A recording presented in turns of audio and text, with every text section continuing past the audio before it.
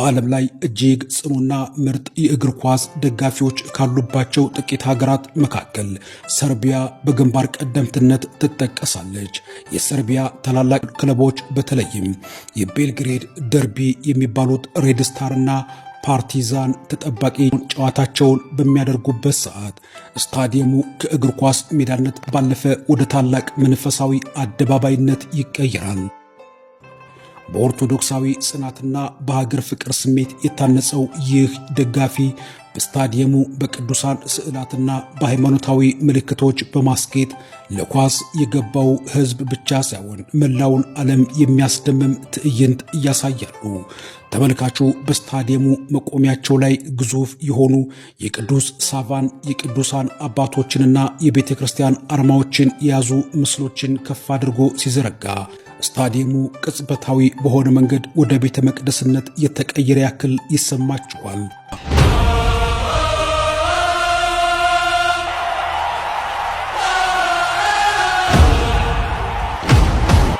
ደጋፊዎቹ እግዚአብሔር ከኛ ጋር ነው የሚል መፈክሮችንና ጥንታዊ የቤተ ክርስቲያን መዝሙሮችን ከዘመናዊ ስፖርታዊ ዜማዎች ጋር አቀናጅተው በአንድ ድምፅ ሲዘምሩ የደጋፊው ድምፅ ልክ እንደ ቤተ ክርስቲያን ደወል ያስገመግማል። ይህ በሰርቢያ ስታዲየሞች ውስጥ የሚታየው አስገራሚው ትዕይንት ተራ ስፖርታዊ ድጋፍ አይደለም። ይልቁንም ሕዝቡ ባገኘው አጋጣሚ ሁሉ ኦርቶዶክሳዊ እምነቱንና ማንነቱን ለመግለጥ ያለውን ጥልቅ ፍላጎት የሚያሳይበት አጋጣሚ ነው። በጭስና በደመቁ ቀለማት ታጅበው የሚታዩት እነዚህ የቅዱሳን ስዕላት በሰርቢያውያን በእግር ኳስ ሜዳ ላይ እንኳን ሳይቀር ከፈጣሪያቸውና ከቅዱሳን አባቶቻቸው ጋር ያላቸውን ቁርኝነት ለዓለም የሚያሳውቁበት ልዩ አጋጣሚ ነው። በዚህም ምክንያት የሰርቢያ ደጋፊዎች ስታዲየምን ወደ መንፈሳዊ የጥበብ ማሳያነት በመቀየር በዓለም ዙሪያ በልዩነታቸው የታወቁና የሚከበሩ ሕዝቦች ለመሆን በቅተዋል።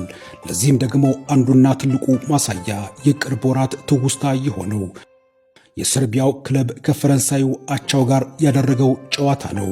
ለግጥሚያው ወደ ቤልግሬድ የመጣው የፈረንሳዩ ቡድን ገና ወደ ስታዲየሙ ሲገባ የጠበቀው ትዕይንት ከጠበቀው በላይ ነበር።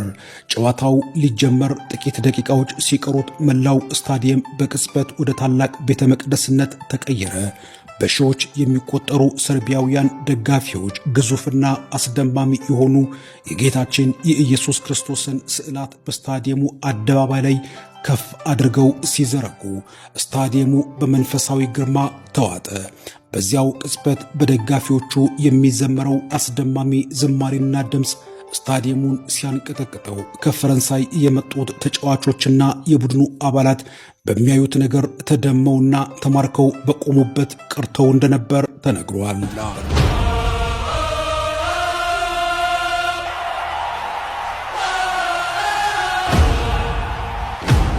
ለእግር ኳስ ግጥሚያ የመጣው የፈረንሳይ ቡድን ጨዋታውን ለማድረግ እስኪቸገር ድረስ በደጋፊዎቹ ኦርቶዶክሳዊ ማንነትና ስፖርታዊ ስርዓት እጅግ ተመስጠው ነበር።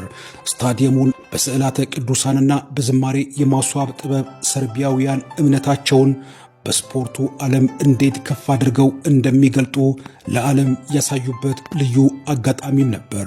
የፈረንሳዩ ቡድን አባላትም ቢሆኑ እንዲህ ያለው እምነትና ስፖርት ፍጹም በሆነ ውበት የተዋሃደበትን ትዕይንት በማየታቸው ያላቸውን አክብሮትና ደስታ ከመግለጽ አልተቆጠቡም። ይህ ክስተት ሰርቢያውያን ለኦርቶዶክሳዊ ማንነታቸው ያላቸውን ጽናትና በስታዲየም ውስጥ የሚፈጥሩት አስደናቂ መንፈሳዊ ድባብ ለዓለም ዳግም ያስመሰከረ ታላቅ ታሪክ ሆኖ ተመዝግቦላቸዋል። በባልካን አካባቢ የምትገኘው የቀድሞዋ የዩጎስላቪያ አባል ፌዴሬሽን የነበረችው የአሁን ደግሞ ሰርቢያ ተብላ የምትጠራው በኦርቶዶክሳዊ እምነታቸው በጽናታቸውና በብርታታቸው ዓለምን ያስደመሙት በስታዲየም ትዕይንታቸው የእግር ኳስ ተጫዋችና ደጋፊዎችን ጉድ ያስባሉት በዓለም ላይ በወርቅ የተንቆጠቆጠ አስገራሚ ቤተ መቅደስ በመገንባት